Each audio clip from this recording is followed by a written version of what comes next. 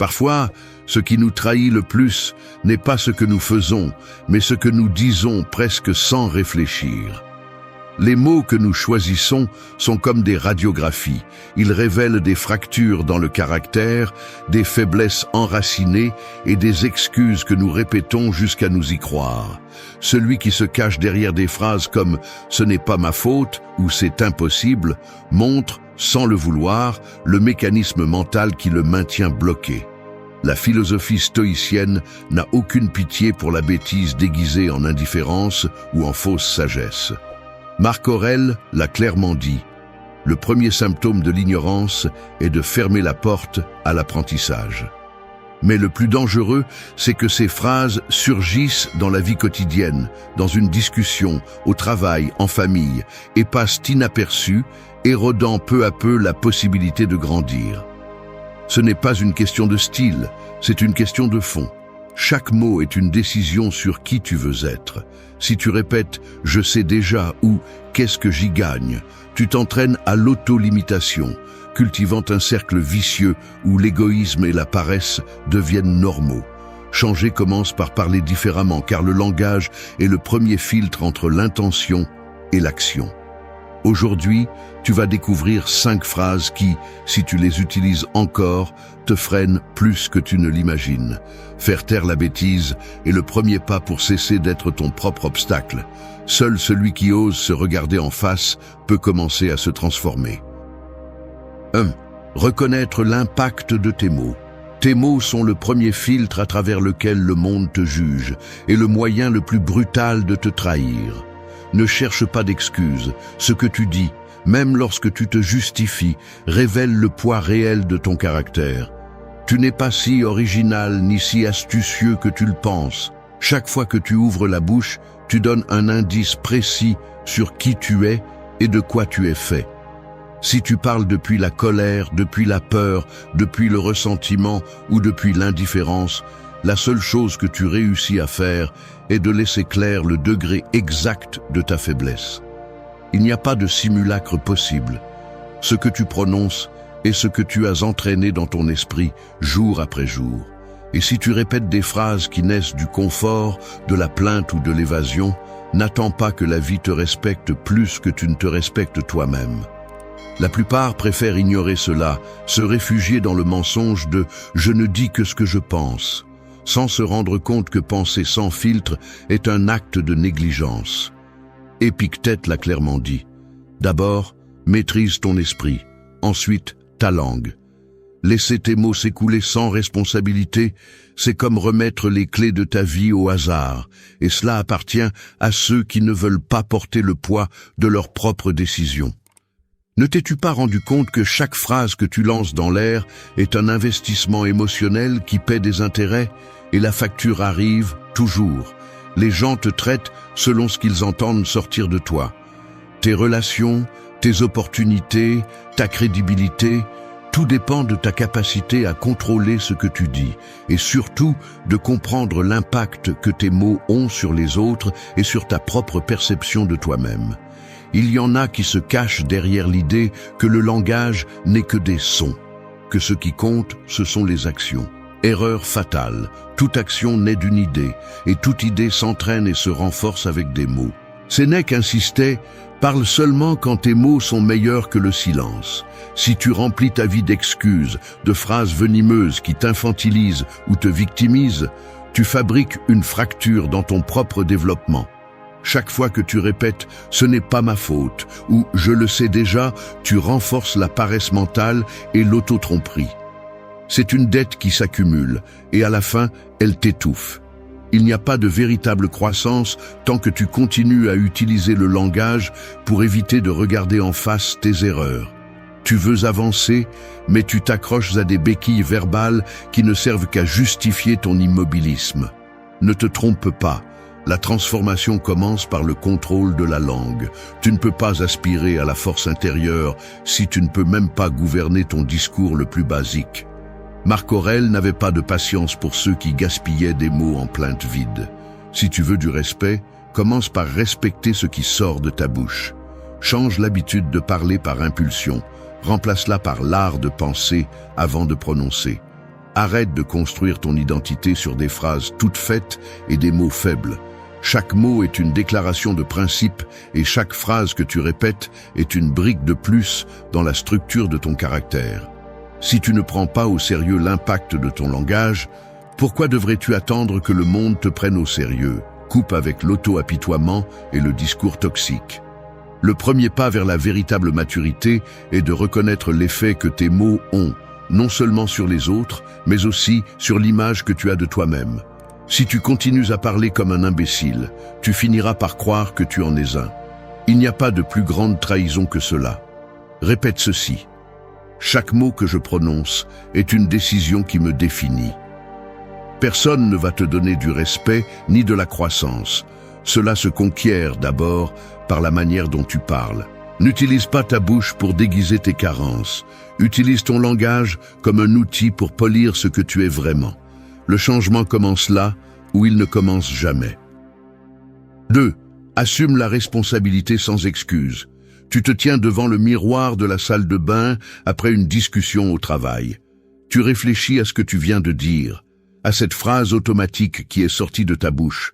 Ce n'est pas ma faute. L'atmosphère reste chargée et bien que personne d'autre ne t'entende à ce moment-là, au fond, tu sais que tu t'es réfugié derrière une barrière invisible. C'est la même excuse qui surgit chaque fois que quelque chose tourne mal et que tu cherches de manière presque instinctive à éloigner le poids de tes épaules. Ce qui semble être un geste d'autoprotection finit par devenir la prison où ton progrès stagne. Il est confortable de se libérer du fardeau de la responsabilité, mais c'est beaucoup plus coûteux que tu ne veux l'admettre. Chaque fois que tu te décharges, ton caractère se rétracte un peu plus. Il n'y a pas de sabotage personnel plus efficace que cet élan de chercher des coupables ailleurs, de pointer du doigt à l'extérieur pour ne pas regarder à l'intérieur. Et le pire, c'est qu'après l'avoir fait tant de fois, ton esprit s'habitue. Il se programme pour fuir tout signe d'erreur personnelle, pour justifier toute faiblesse comme si elle était quelque chose d'étranger et non une dette envers toi-même. C'est là que commence le véritable piège. Car assumer la responsabilité n'est pas un acte héroïque, ni quelque chose qui te met au centre des projecteurs. C'est une décision silencieuse, inconfortable, presque ingrate. Cela exige que tu te tiennes ferme et que tu reconnaisses, même si personne ne t'y oblige, que ta vie est le résultat direct de ce que tu choisis et de ce que tu tolères. Le stoïque ne perd pas de temps à déguiser ses échecs, il les regarde en face et accepte le poids de ses actes sans embellissement ni raccourci. L'habitude de se justifier est un muscle faible. Quand tu l'utilises, tout le reste s'affaiblit. Mais entraîner la responsabilité jour après jour transforme chaque petit moment en une véritable opportunité d'amélioration. Il ne s'agit pas de punir tes erreurs, mais de les comprendre comme des signaux précis de ce qui peut encore croître en toi. La phrase « ce n'est pas ma faute » te vole la possibilité d'apprendre, car elle t'installe dans la passivité et te convainc que le changement est l'affaire des autres. À l'intérieur, le mécanisme est simple mais dévastateur. Chaque fois que tu t'excuses, tu enseignes à ton esprit que l'inconfort peut être évité, que céder devant la difficulté suffit à aller de l'avant. Mais l'inconfort est le prix de l'évolution. Seul celui qui est prêt à cesser d'être le même d'avant l'affronte. Le problème n'est pas de se tromper, mais de refuser de porter les conséquences de tes décisions. Lorsque tu t'éloignes du « ce n'est pas ma faute » et que tu le remplaces par un « cela me revient », la dynamique interne change. Tu n'es plus victime de l'environnement, tu es responsable de ta réponse, et cela te donne un pouvoir réel sur ce qui vient ensuite. Le stoïcisme ne te demande pas la perfection, il te demande une honnêteté radicale envers toi-même. Si tu fuis ta part de responsabilité, chaque jour tu t'éloignes un peu plus de la vie adulte, la seule où le respect de soi a un sens. Il n'est pas facile de faire le pas. Il y a une résistance intérieure, une voix qui te murmure qu'il est plus sûr de chercher des excuses que d'assumer des erreurs et dangereux ou humiliants. Mais cette voix est l'écho de la lâcheté, non de la sagesse. Cesse de négocier avec ta dignité. Choisis de te voir comme le seul architecte de ton comportement. peu importe si le monde applaudit ou détourne le regard. Assumer la responsabilité sans excuse est le véritable acte de maturité. Il ne s'agit pas de porter les culpabilités des autres, mais de ne jamais lâcher la part qui te revient. Fais-le une fois, et tu remarqueras le changement. Fais-le toujours, et ta vie se transforme. Le respect de soi est une conquête quotidienne. Ne laisse pas tes excuses le détruire. 3. Remplace le « je sais déjà » par l'humilité. L'admettre n'est pas simple. Plus de fois que je ne veux le reconnaître, j'ai utilisé le « je sais déjà » comme un bouclier automatique. Non pas pour démontrer une véritable compréhension, mais pour échapper à l'inconfort d'accepter que, en réalité, je ne sais pas autant que je voudrais le croire. C'est un geste presque réflexe. Quelqu'un me signale une erreur, me suggère un changement, me fait une critique qui fait mal, et la première chose qui sort de ma bouche est cette phrase sèche, défensive, qui coupe toute possibilité de dialogue réel. Le « je sais déjà » est une muraille que je dresse instantanément, une manière de me protéger du coup à l'ego, de la honte de ne pas être à la hauteur. Mais si je l'analyse avec honnêteté, chaque fois que je le dis, la seule chose que j'accomplis est de fermer la porte à l'apprentissage. Je m'enferme dans l'illusion que le simple fait de connaître quelque chose ou de l'avoir déjà entendu m'exempte de devoir travailler dessus. L'auto-illusion devient sophistiquée. Je confonds information et transformation, et le résultat est que je stagne. Il est facile de tomber dans ce piège, car le « je sais déjà » me donne une fausse sensation de supériorité, même si à l'intérieur, c'est de la peur pure de me sentir insuffisant. Si l'on observe le mécanisme mental qui se cache derrière, le problème n'est pas seulement l'arrogance, mais l'absence totale d'humilité pour reconnaître que savoir n'est pas la même chose qu'appliquer. Le « je sais déjà » est l'excuse parfaite de celui qui veut paraître mature sans effort réel. Chaque fois que je le prononce, j'interromps le processus d'amélioration.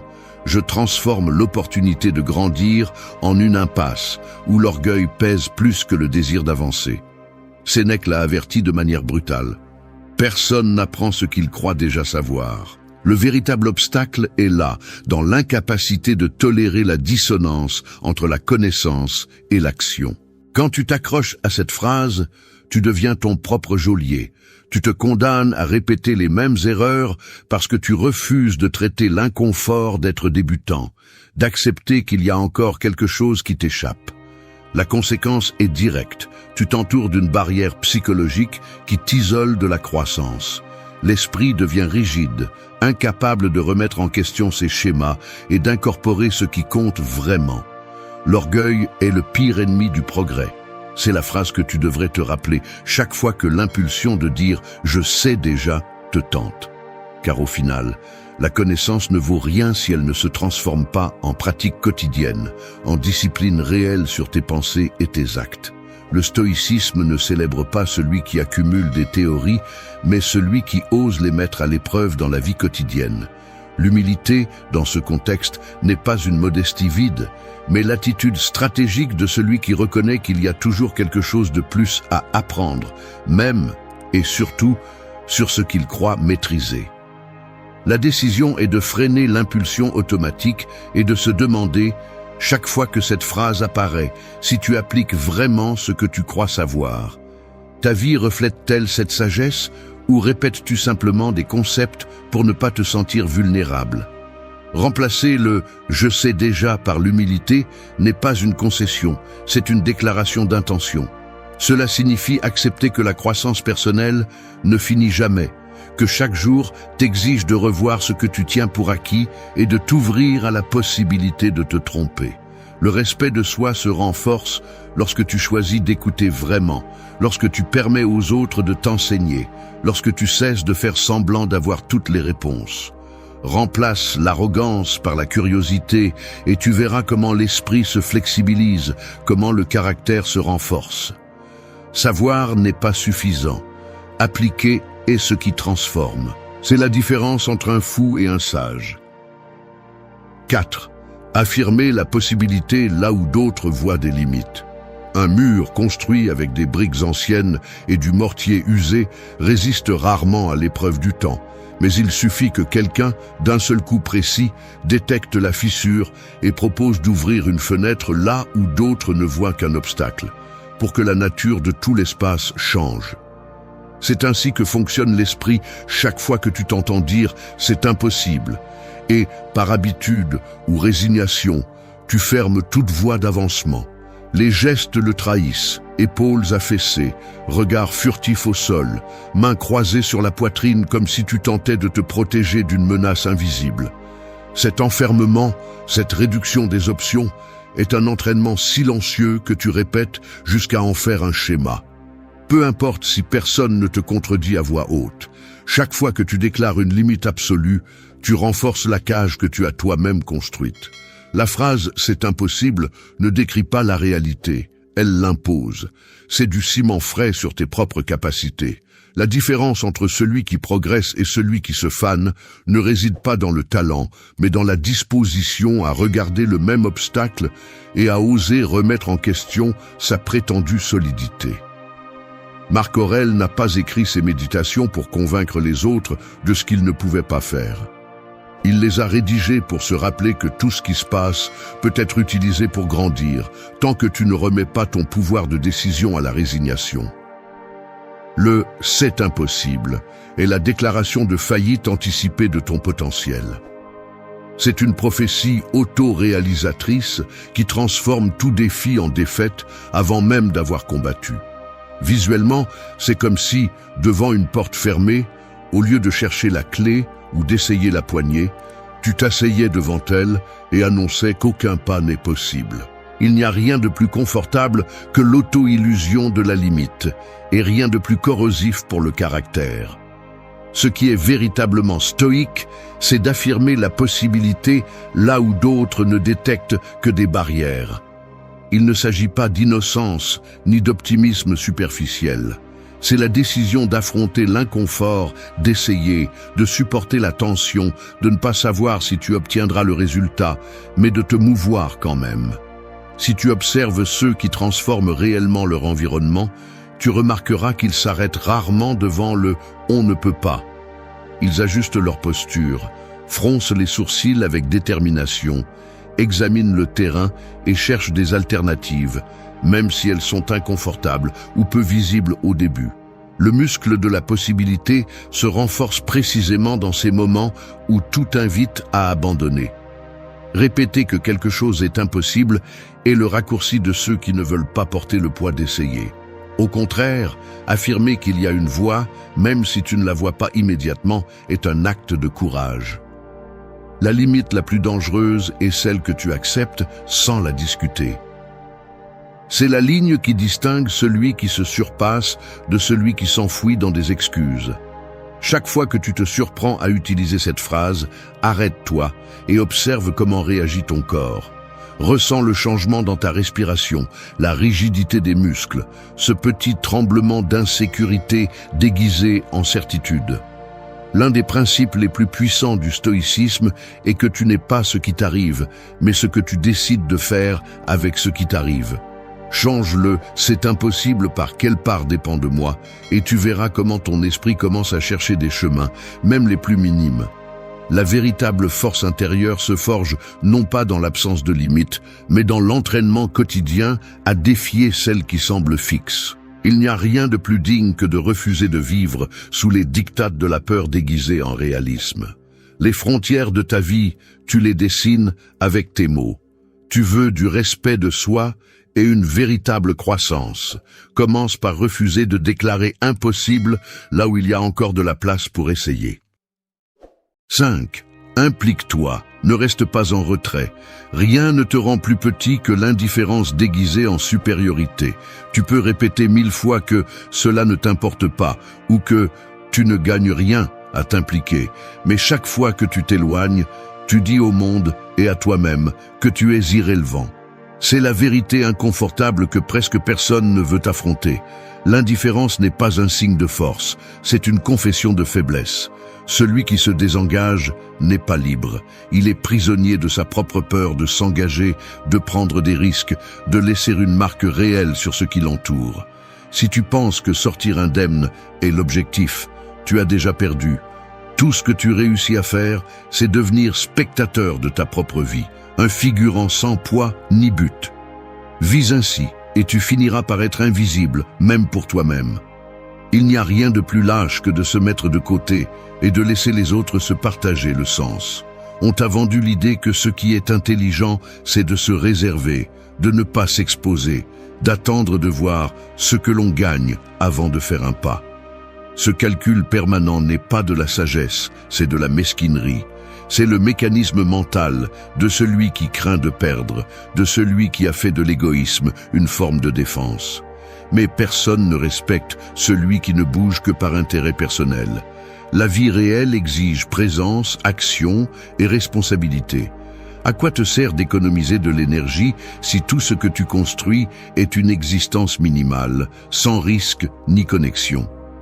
L'indifférence est la blessure de celui qui a déjà renoncé à influencer quelque chose qui compte. Chaque fois que tu te laves les mains, chaque fois que tu refuses de participer ou de prendre parti, tu deviens un peu moins humain. C'est le renoncement silencieux au devoir le plus basique, faire partie du monde, pas seulement être un parasite qui attend des bénéfices. La philosophie stoïcienne est brutalement claire à ce sujet. Marc Aurèle n'a jamais écrit sur le confort de regarder de loin. Épictète ne conseillait pas d'attendre la récompense avant d'agir. L'engagement est la mesure de ton intégrité. Celui qui s'implique, même s'il perd, est déjà plus digne que celui qui se cache. Il n'y a aucune excuse valable pour l'indifférence. Ce qui ne t'affecte pas aujourd'hui, demain peut te détruire. Tu ne participes pas seulement pour ton propre bénéfice. Tu t'impliques parce que c'est ce qu'exige une vie vécue avec sens. Le détachement de l'égoïste est un piège qui coûte cher. Chaque fois que tu choisis de ne pas t'engager, tu t'éloignes de la possibilité de grandir, de construire du respect pour soi et de laisser quelque chose de précieux derrière toi. Participer n'est pas une concession au monde, c'est la seule façon de te rendre digne de lui. Personne ne va te supplier de t'impliquer. Si tu décides de rester à l'écart, la vie continue sans toi, et tout ce que tu récoltes, c'est du vide. Les gens oublient vite les indifférents, car ils n'ont jamais fait de différence. Le stoïque le sait. Ta valeur se mesure à l'empreinte que tu laisses, pas au confort que tu parviens à accumuler. Implique-toi même si cela te coûte, même si tu ne vois pas de résultats immédiats, même si la récompense n'est ni immédiate ni garantie. La véritable croissance se produit lorsque tu fais face à l'inconfort de te donner, de donner ton avis, d'agir même si personne d'autre ne le fait. L'indifférence est le chemin rapide vers la médiocrité. Le courage, c'est de s'impliquer, même s'il n'y a pas d'applaudissements. Ne demande pas ce que tu gagnes, demande-toi ce que tu perds si tu laisses passer l'opportunité de faire partie de quelque chose de plus grand que ton simple confort. Ce que tu ne prends pas en charge te consume. Si tu ne t'impliques pas, tu t'éteins. 6. Donne sans calculer le bénéfice personnel. La vérité est celle-ci, tant que tu continues à calculer ce que tu gagnes de chaque chose que tu donnes, tu te condamnes à vivre dans la misère émotionnelle la plus profonde. Peu importe combien tu t'efforces de justifier cela, ni à quel point tes arguments pour te réserver sont sophistiqués, le fait est qu'une vie régie par le « qu'est-ce que j'y gagne ?» est une vie petite, mesquine, incapable de laisser une empreinte sur ceux qui t'entourent. La pensée égoïste n'est pas une stratégie, c'est une fuite continue de dignité. Chaque fois que tu t'arrêtes pour mesurer le bénéfice avant d'agir, tu renforces la croyance que le monde te doit quelque chose, que ta valeur se mesure par le solde de ce que tu as reçu et non par la qualité de ce que tu as donné. Cette mentalité, bien qu'elle semble prudente, est un piège qui ne fait que affaiblir ton caractère. Celui qui donne en espérant recevoir ne sera jamais libre, car il porte toujours l'anxiété de n'avoir pas obtenu assez. Celui qui calcule sa générosité multiplie son vide. C'est la vérité que personne ne veut entendre, mais qui finit par peser plus que toute récompense matérielle.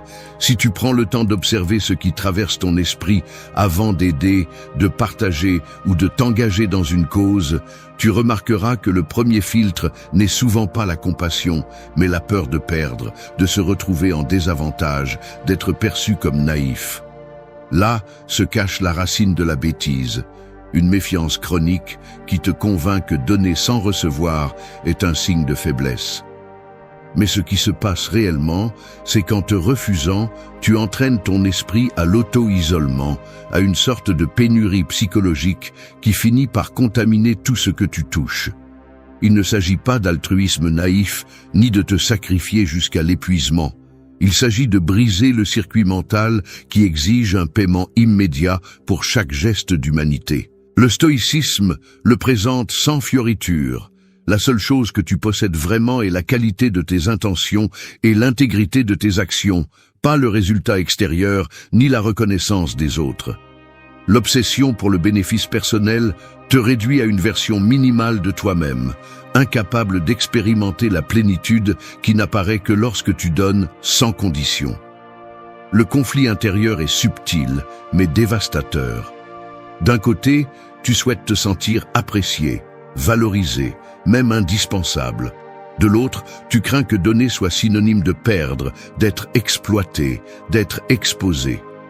Cette tension invisible est ce qui te maintient piégé dans la logique de l'échange, comme si la vie était une transaction perpétuelle et non une opportunité continue de transformation. Ce que tu ne vois pas, c'est que l'habitude de donner sans attendre te renforce de l'intérieur. C'est un entraînement psychologique qui brise l'addiction à la reconnaissance et au gain immédiat. Chaque fois que tu choisis d'offrir quelque chose, temps, attention, aide, conseil, sans calculer le retour, tu envoies un signal clair à ton esprit que ta valeur ne dépend ni des applaudissements ni de la réciprocité, mais de la cohérence entre ce que tu penses, ressens et fais. La générosité authentique est une déclaration d'indépendance. Tu donnes parce que tu es, pas parce qu'il te manque quelque chose. Cela devrait être la marque de celui qui aspire à grandir.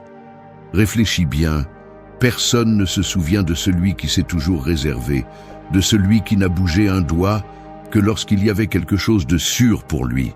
Ceux qui laissent une empreinte, ceux qui construisent le respect de soi et des autres, sont ceux qui prennent le risque de donner même lorsqu'il n'y a aucune garantie de retour.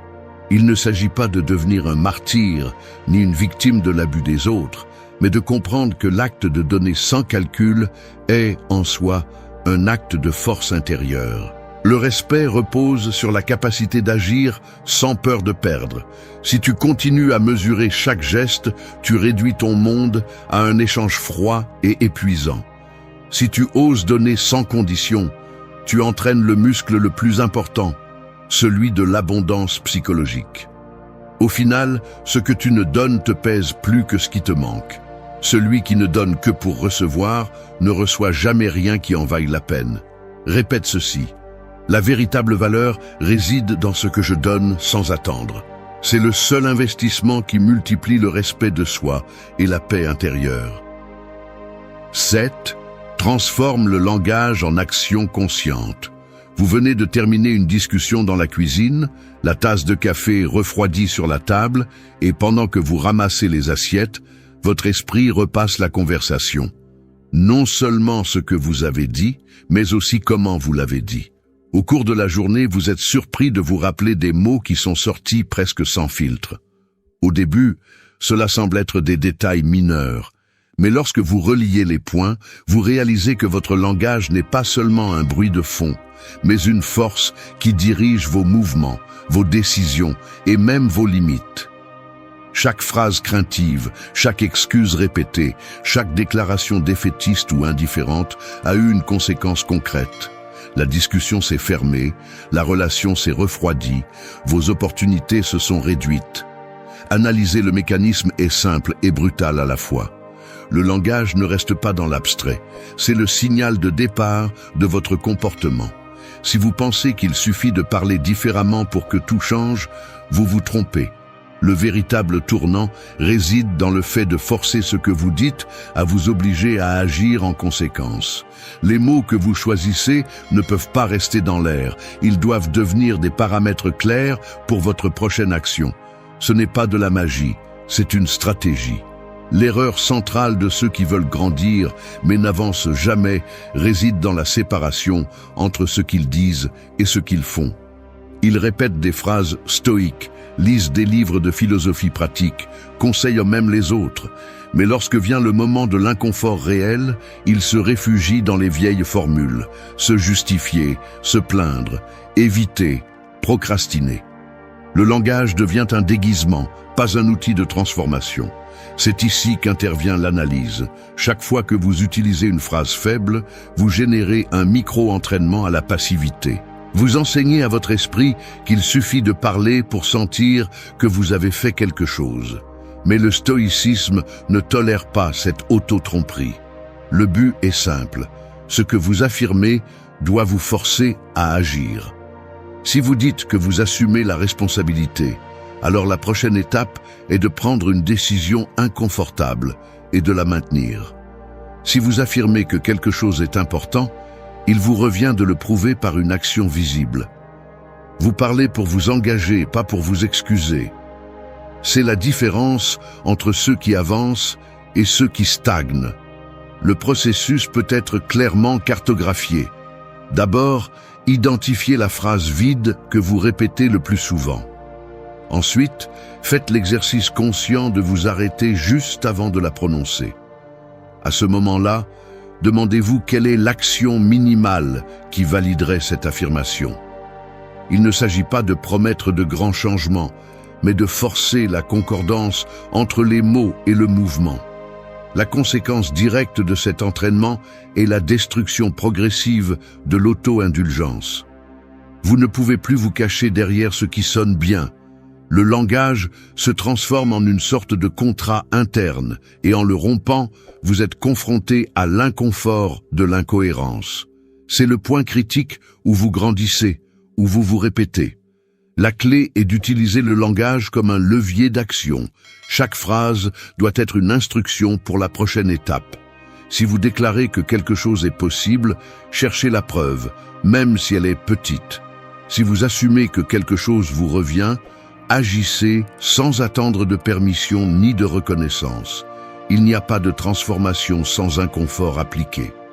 C'est la ligne que vous devez garder à l'esprit chaque fois que votre bouche prend de l'avance sur vos mains. Le langage conscient ne consiste pas seulement à éviter les phrases faibles, mais à construire des commandes internes qui obligent au changement réel. Lorsque vous parvenez à aligner ce que vous dites avec ce que vous faites, votre estime de soi se renforce parce que vous cessez de vous trahir dans votre quotidien. Le cycle de l'auto-tromperie prend fin. Cela ne signifie pas perfection, mais cohérence. Vous tombez, mais vous vous relevez en corrigeant, pas en justifiant. Au final, ce que vous construisez est un standard interne impossible à négocier. Transformer le langage en action consciente est la différence entre philosopher et vivre intensément. Ce que vous répétez chaque jour est ce que vous devenez. Vous n'êtes pas ce que vous dites, vous êtes ce que vous démontrez après avoir parlé. C'est la seule métrique qui sert à vraiment grandir. 8. Choisis de grandir plutôt que de te justifier.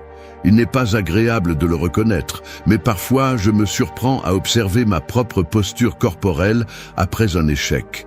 La tension dans les épaules, la mâchoire serrée, cette impulsion automatique de chercher une excuse avant de comprendre ce qui a réellement échoué.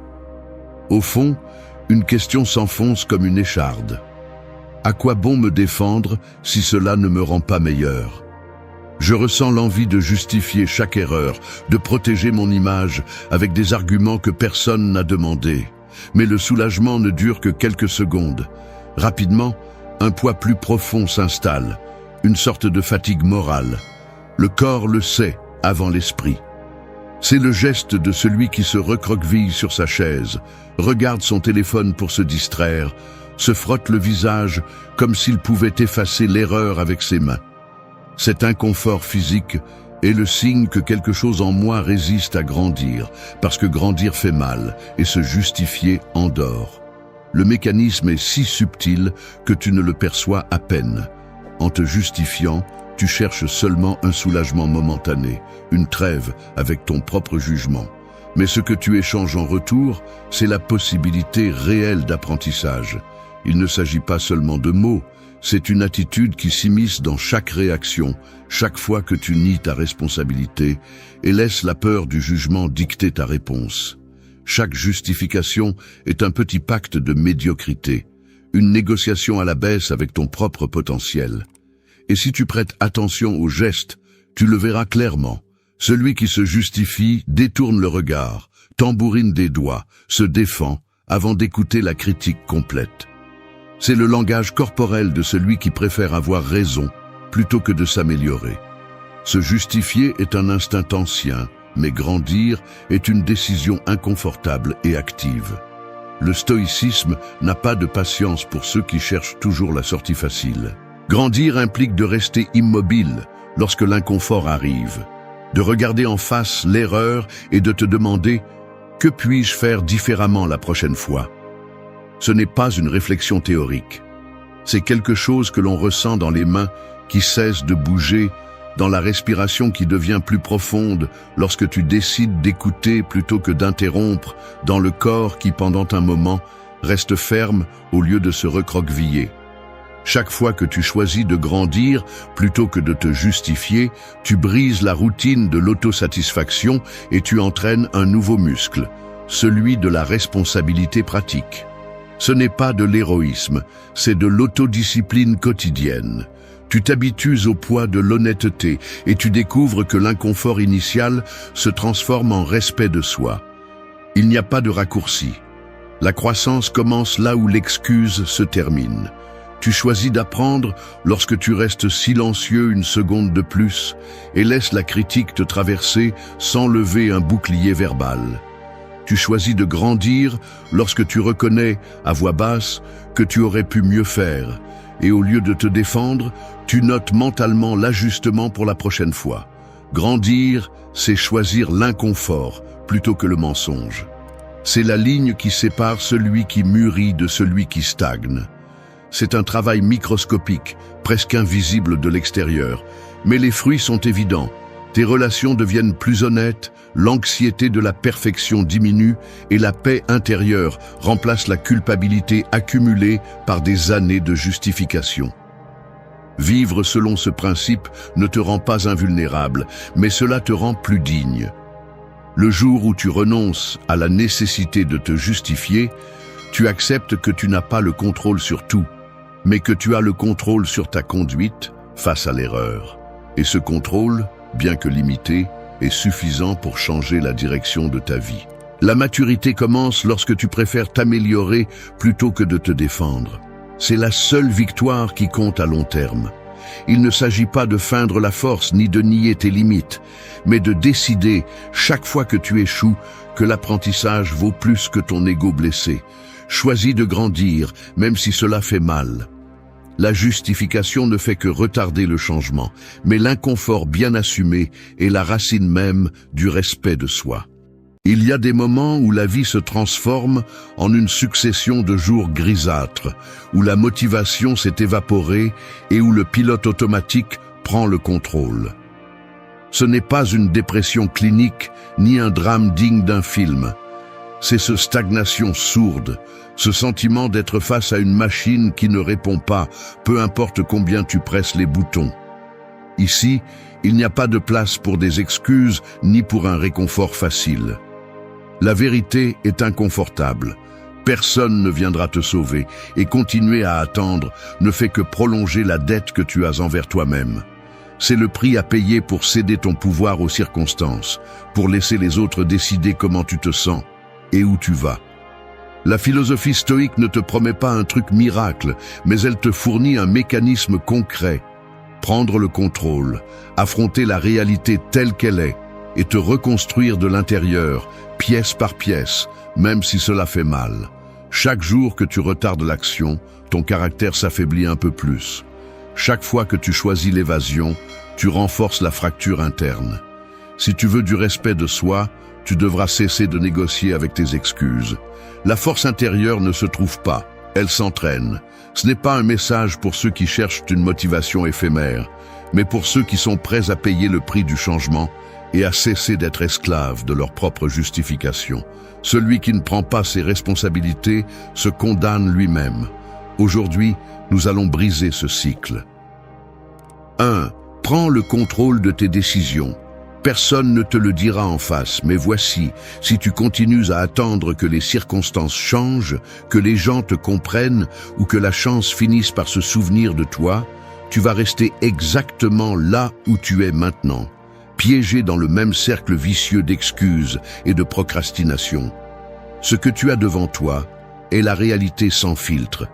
Tout changement intérieur commence le jour où tu cesses de chercher des coupables à l'extérieur et acceptes que chaque résultat, chaque sensation de vide, chaque frustration a sa racine dans tes décisions, petites ou grandes, prises au quotidien, souvent par inertie ou par peur. Personne ne viendra te sauver de ta propre passivité. La vérité inconfortable est que chaque fois que tu choisis de ne pas décider, tu décides aussi. Tu choisis de rester au même endroit, tu choisis d'être spectateur de ta vie pendant que d'autres prennent le contrôle de la leur.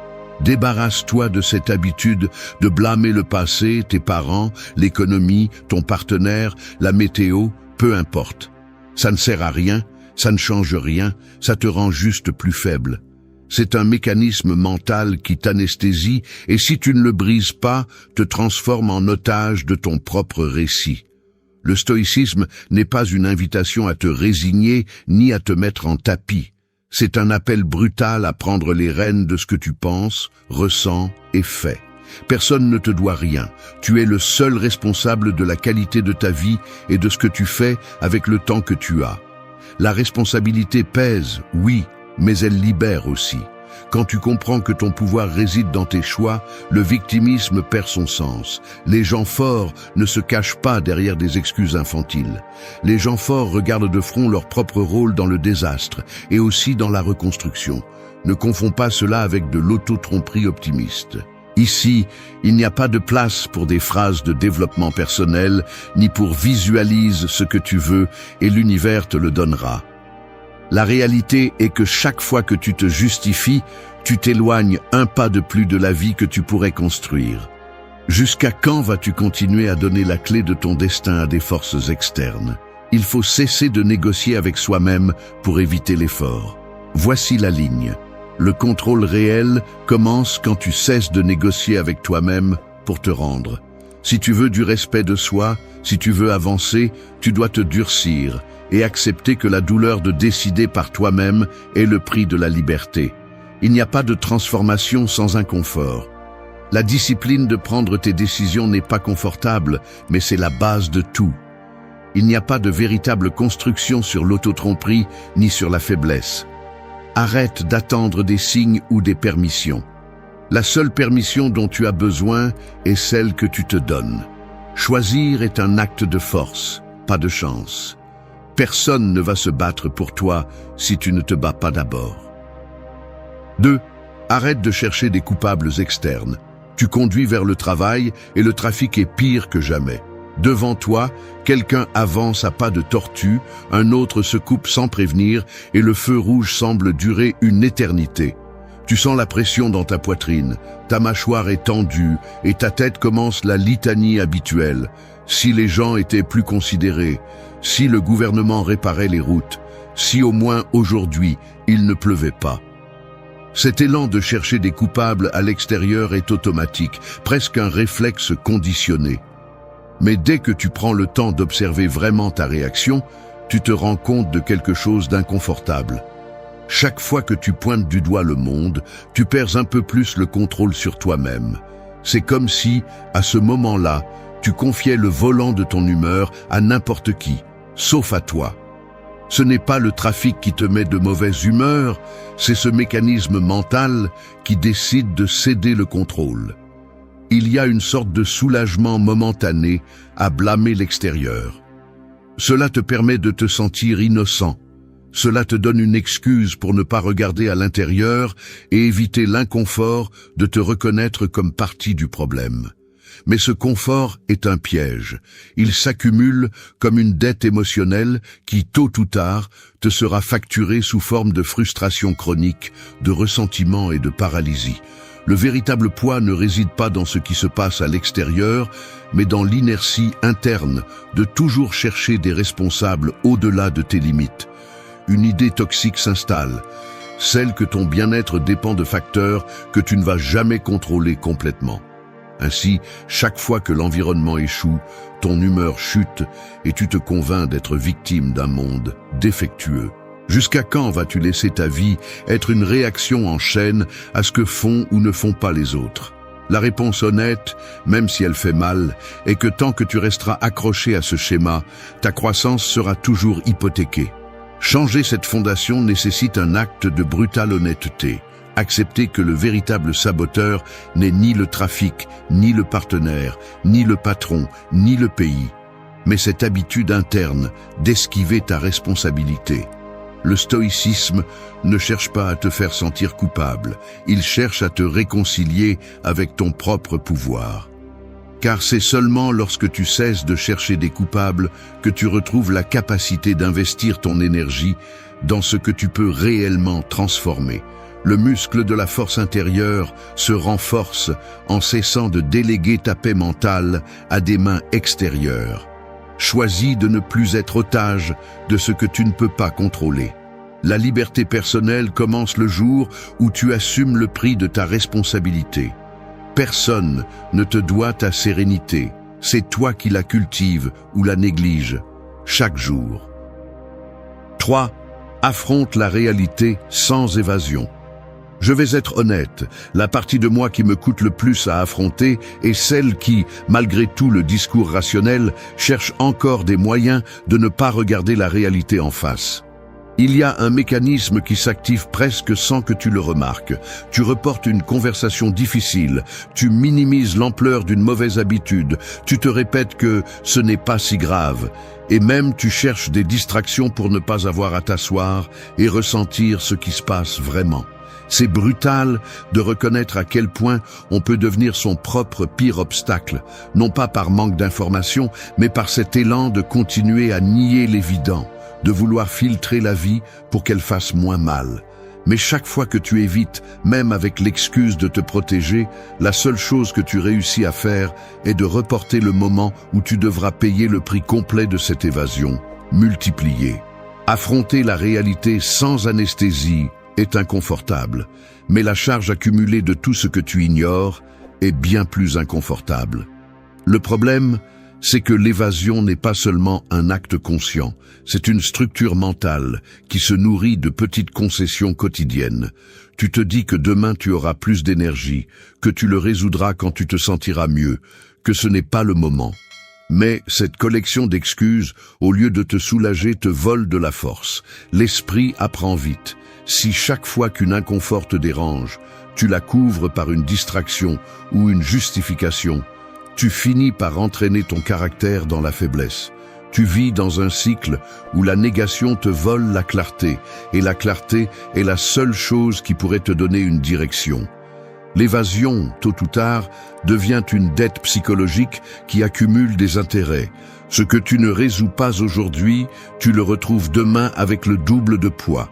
Il ne s'agit pas d'adopter une posture froide d'indifférence, ni de te punir pour chaque erreur. Il s'agit d'avoir le courage de voir les faits tels qu'ils sont, sans maquillage émotionnel ni distorsion pour adoucir le choc. Le stoïcisme insiste là-dessus parce qu'il sait qu'il n'y a pas de construction possible sur le mensonge, ni de progrès là où l'on cache la tête. La réalité est dure, mais la distorsion est létale. Chaque fois que tu choisis d'affronter ce qui te dérange, tu récupères une partie de ton pouvoir perdu. Il ne s'agit pas d'être invulnérable, mais d'être honnête. La force intérieure se forge dans la friction avec la vérité. Ose regarder en face ce que tu ne veux pas voir, tes limites, tes échecs, tes peurs, tes schémas répétitifs. Ce n'est qu'ainsi que tu peux commencer à les transformer. L'évasion est l'usine de l'auto-tromperie. Le courage d'accepter est la porte au changement réel. Tu n'as pas besoin de te sentir prêt à affronter la réalité. Tu dois décider de le faire, même si cela te dérange, même si cela fait mal. Cesser de fuir est le premier acte de dignité personnelle. Chaque fois que tu choisis de voir les choses telles qu'elles sont, même si ce n'est que pour quelques secondes, tu avances plus que des années de justification. Ce qui n'est pas affronté ne disparaît pas. Il s'enquiste simplement. Choisis la vérité, même si elle est inconfortable. L'autotromperie est une prison sans barreaux, mais elle t'enferme quand même. Alors, si tu veux une vie différente, commence par la discipline de regarder la réalité sans filtre, sans excuses et sans anesthésie. C'est le terrain où la transformation devient possible. 4. Fixe un cap clair dans ta vie. Un bateau à la dérive en mer ouverte ne sent pas le poids de son ancre, mais chaque vague l'éloigne un peu plus du port qu'il n'a jamais choisi. C'est un mouvement constant, oui, mais sans sens, sans direction, comme ces jours qui se succèdent les uns après les autres, où tu ne fais que survivre en éteignant des incendies qui ne te concernent pas, en accomplissant des routines que tu ne remets plus en question, en laissant la marée des obligations t'emporter où que ce soit, sauf là où tu veux vraiment être. Sur ton visage, on peut voir la fatigue de temps ramé sans carte. Dans tes mains, la tension de tenir ce qui n'est pas à toi. Le visage se durcit, le regard perd son éclat, le dos se courbe sous le poids des attentes empruntées. Ainsi s'accumule l'usure invisible. Chaque décision reportée, chaque objectif que tu n'oses pas dessiner, chaque jour vécu en pilote automatique te retire une couche d'énergie et de but. Personne ne t'offre la clarté. Tu dois la construire, pas à pas, avec des actes concrets et la brutalité honnête de te demander vers où tu veux vraiment aller, même si la réponse te met mal à l'aise. Le manque de cap n'est pas seulement un problème philosophique, c'est une détérioration palpable. On le ressent dans le corps quand tu te réveilles sans envie, on le lit dans ton agenda vide de sens, on l'entend dans tes longs silences évasifs quand quelqu'un te demande ce que tu attends de la vie. Le vide ne surgit pas par manque d'options, mais par la lâcheté de ne choisir aucune. Il n'est pas surprenant que les jours sans but pèsent 3 fois plus. L'esprit se disperse, la motivation se dissout et chaque action finit par être une réaction, jamais un choix personnel. L'usure est silencieuse, mais létale. C'est l'érosion quotidienne de la volonté. C'est pourquoi fixer un cap clair n'est pas un luxe ni une phrase inspirante, c'est une nécessité urgente. Le caractère se façonne quand tu décides de ne plus vivre selon les urgences des autres et que tu t'engages, même si ta voix tremble, à un objectif défini. Ce qui n'est pas nommé n'existe pas. Ce qui n'est pas poursuivi se perd dans le brouillard de la routine. Il ne s'agit pas de trouver un grand but gravé dans la pierre, ni d'attendre le signal parfait. Il s'agit de choisir, même si tu doutes, un or provisoire, un objectif concret, et d'avancer vers lui avec discipline, même les jours où la motivation brille par son absence. La concentration est un muscle. Elle se renforce en rejetant la dispersion et en priorisant ce qui compte, ce qui te rapproche, même si c'est un pas minuscule, de ce que tu sais au fond de toi que tu dois construire. La direction ne s'improvise pas, elle se forge. Celui qui n'ose pas choisir finit là où il ne voulait pas arriver. Trace ton cap, même si l'horizon est nuageux. Rien n'érode plus le caractère qu'un voyage sans destination. Définis ton chemin, même s'il est imparfait, et commence à marcher. Le sens n'apparaît pas, il se construit. 5.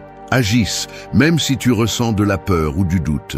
La peur n'est pas une excuse, c'est une épreuve.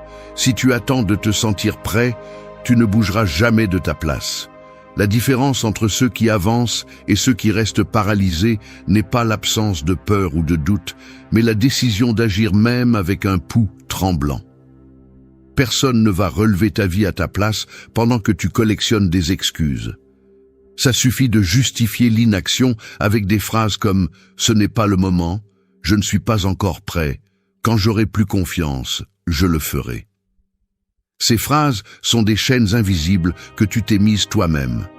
La réalité est brutale. La sécurité n'arrive jamais avant le saut. Elle arrive après avoir affronté ce qui te fait peur. Attendre que la peur disparaisse est le mécanisme le plus efficace pour rester figé dans la même version de toi qui t'étouffe déjà. Le stagnation ne se brise pas en pensant, elle se brise en agissant, même si ta voix intérieure te dit que tu vas échouer. Arrête de négocier avec tes peurs comme si elles étaient des oracles prédisant ton échec.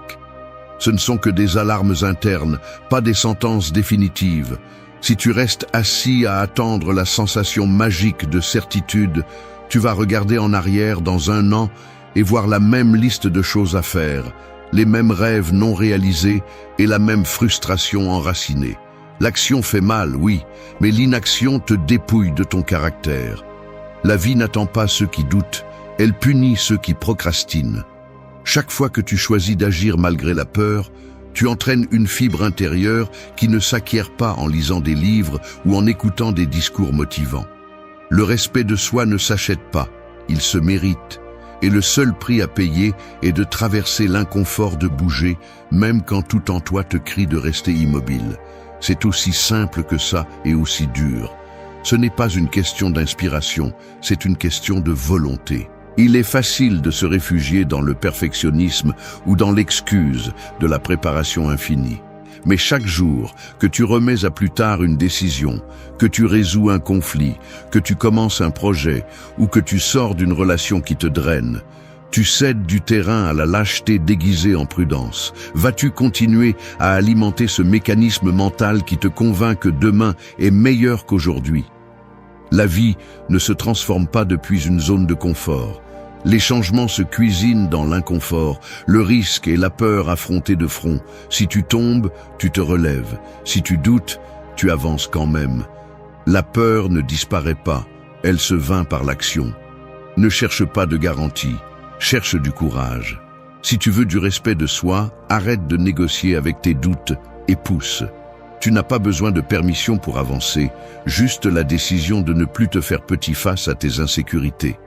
L'action est l'antidote contre la stagnation. Ce que tu ne fais pas aujourd'hui sera le poids que tu porteras demain. 6. Renforce ta discipline jour après jour. Personne ne va te donner de la discipline. Il n'existe aucun raccourci ni motivation soudaine qui puisse remplacer le travail constant nécessaire pour se construire de l'intérieur. Le muscle de la discipline ne s'hérite pas et ne s'achète pas. Il se travaille parfois seul, à porte close, dans ces moments où personne ne te regarde et où tout en toi te pousse à céder, à revenir à ce qui est confortable, à remettre à demain. La réalité, c'est que la plupart du temps, tu ne voudras pas faire ce que tu dois. Tu chercheras des excuses sophistiquées, des raisons logiques pour procrastiner, de petites négociations internes qui te promettent un soulagement momentané, en échange du sacrifice de ton progrès à long terme. L'esprit est expert pour te vendre l'histoire que sauter une fois n'a pas d'importance, que tu as déjà fait suffisamment, que tu mérites du repos avant de l'avoir gagné. Mais chaque concession à cette voix intérieure est une fracture dans ton caractère. C'est là que se définit qui prend le contrôle, toi ou le mécanisme automatique qui recherche le plaisir immédiat et évite l'effort.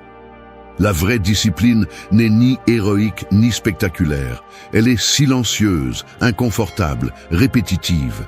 Elle te confronte à ta version la plus paresseuse, aux parties de toi qui préfèrent se distraire, se perdre dans la gratification instantanée ou se contenter de survivre à la journée. Et c'est dans cette friction quotidienne que se mesure ton respect de soi. N'attends pas que la motivation te sauve chaque matin. C'est un piège mental qui ne fait que retarder le début du changement. La discipline est le prix que tu paies pour avoir le contrôle sur toi-même.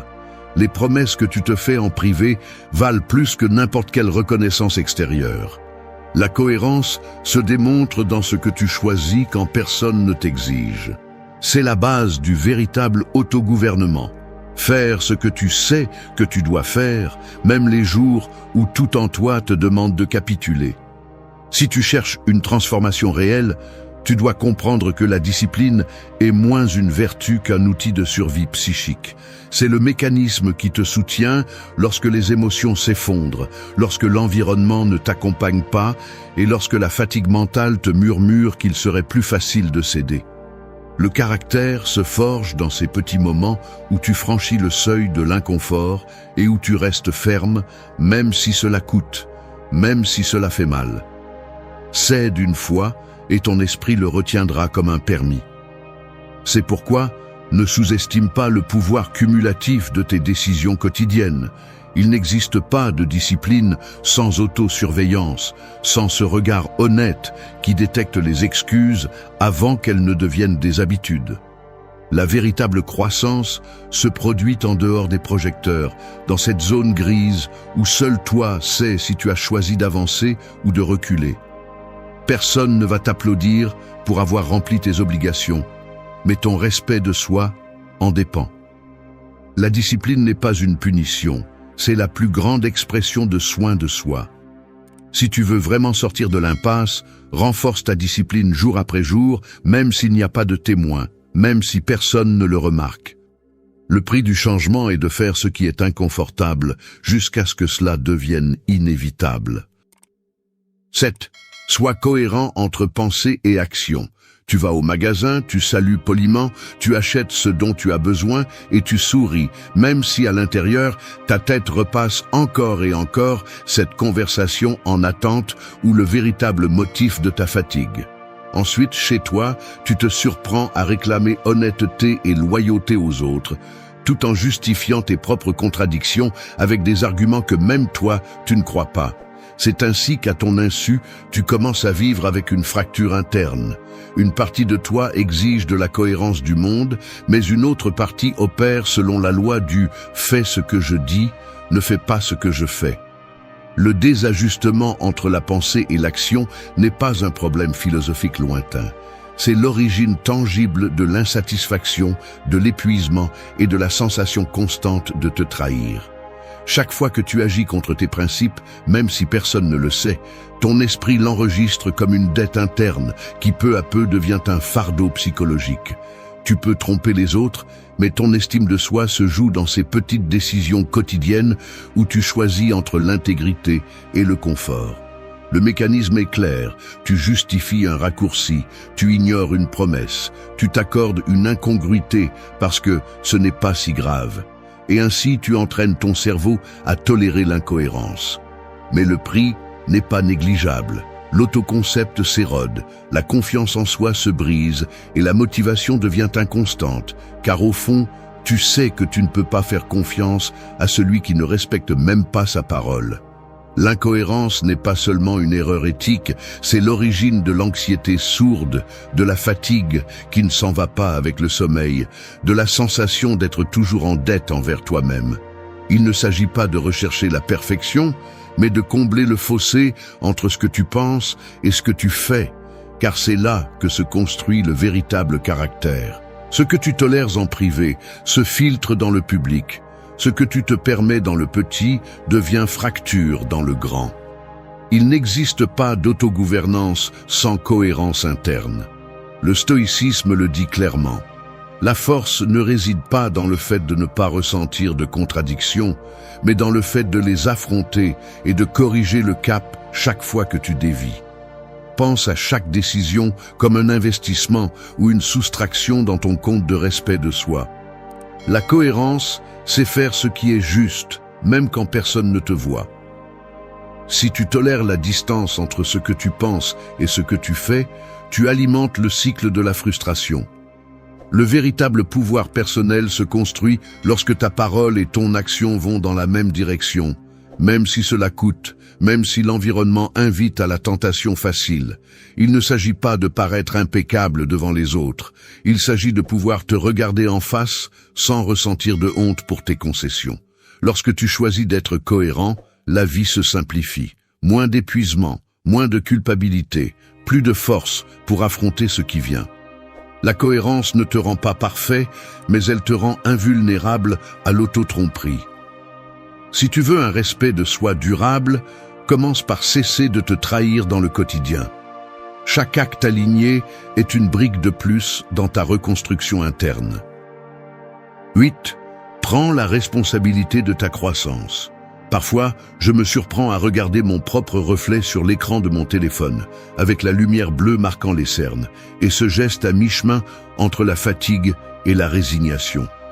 La routine se sent comme un poids sur les épaules, les jours s'empilent et la vie semble avancer sans me demander la permission. Ce n'est pas que j'ignore que je devrais faire plus, apprendre, m'améliorer, grandir.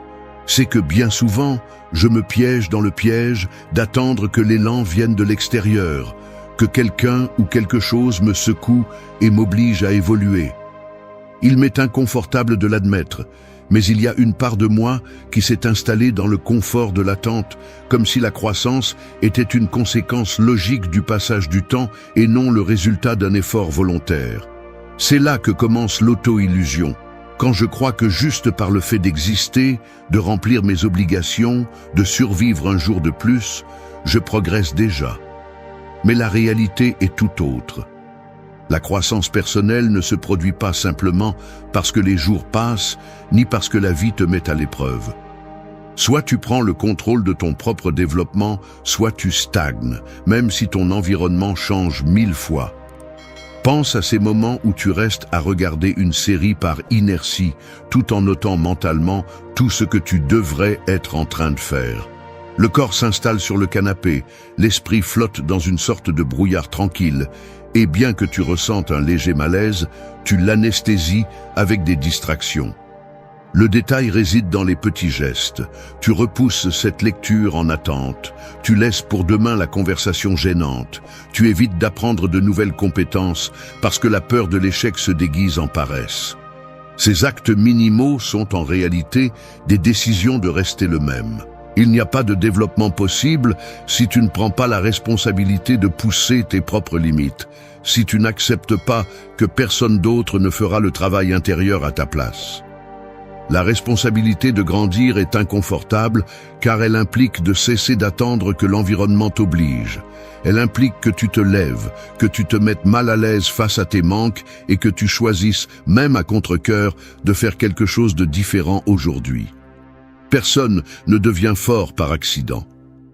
La croissance personnelle n'est pas automatique, elle est intentionnelle. Prends la responsabilité de ton évolution comme on prend soin d'une plaie pour qu'elle cicatrise bien. Avec une attention quotidienne, avec des désagréments, avec discipline. Chaque jour où tu choisis de ne pas exiger plus de toi, tu t'habitues un peu plus à la médiocrité. Ne confonds pas confort avec bien-être ni passivité avec maturité.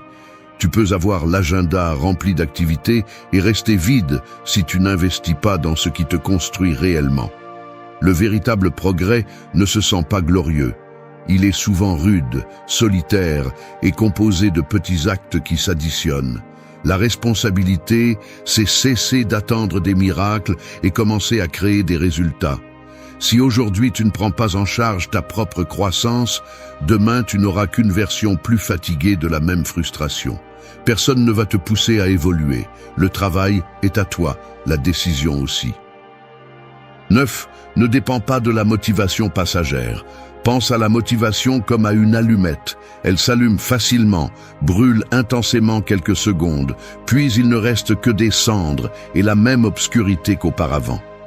Compter sur cet élan fugace pour changer ta vie est une autotromperie confortable, mais brutalement inefficace. La motivation est traîtresse.